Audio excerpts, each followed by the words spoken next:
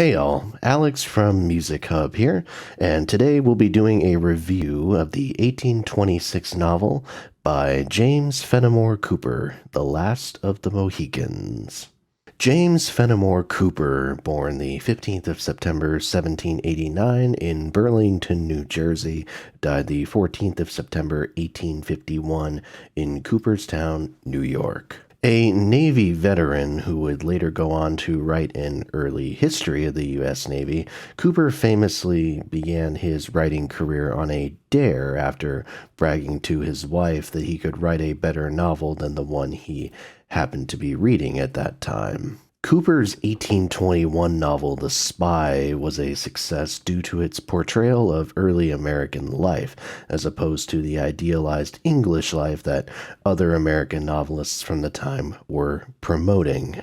Cooper is most famous now for a series of 5 novels called the Leatherstocking novels, which were all surrounding the mythical character of Natty Bumppo, a white man raised by Native Americans and thus being familiar with both Native and Anglo-American customs, socially and militaristically.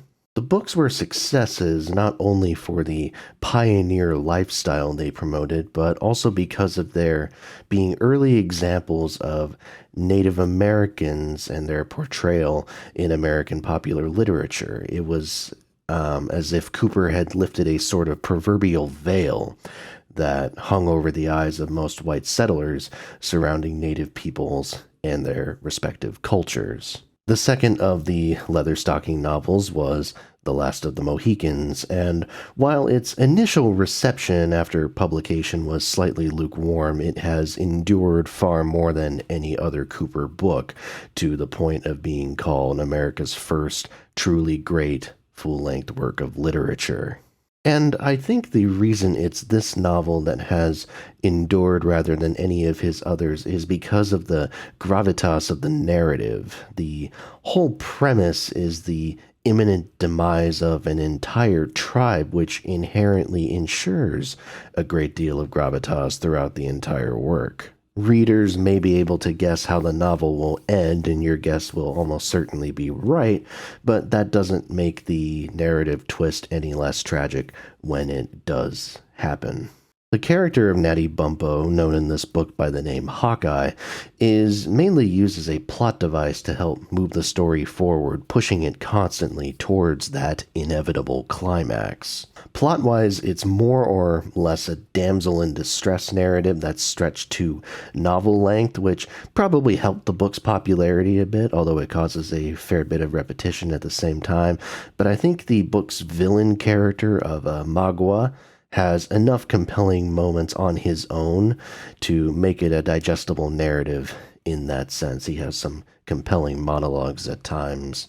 Really, the biggest issue I have with this book is that I find Cooper's prose disappointingly dull. He's most in his element when he's describing the natural world, proper Americana writing in its infancy here, really, but his characters speak with this sort of stiff elegance that wouldn't feel out of place in an average English novel from the period. And it's unfortunate as well because there are several moments here that really pack an emotional punch, especially in the book's final few chapters, but the writing hampers them from being incredibly powerful. Cooper is not a naturally engaging writer, and it really shows at times. That said, the appeal of this book to me is its unique philosophical bent for the time. So many contemporary ideas surrounding frontiersmen, Native Americans, and the tensions of that relationship originate from this book. This can be both for the better and for the worse, and certainly there are stereotypes of indigenous people in here that would be considered harmful or reductive today, but it's a more sympathetic narrative to indigenous plight than just about anything else being consumed at a mass level from this time, so there's certainly significance here. And with as much sadness as there is by the end, I also read a glimmer of hope in the closing words spoke by the chief Chingachgook. So I certainly don't treat it as a purely submissive ending. They're not giving up. There's still fight in these people.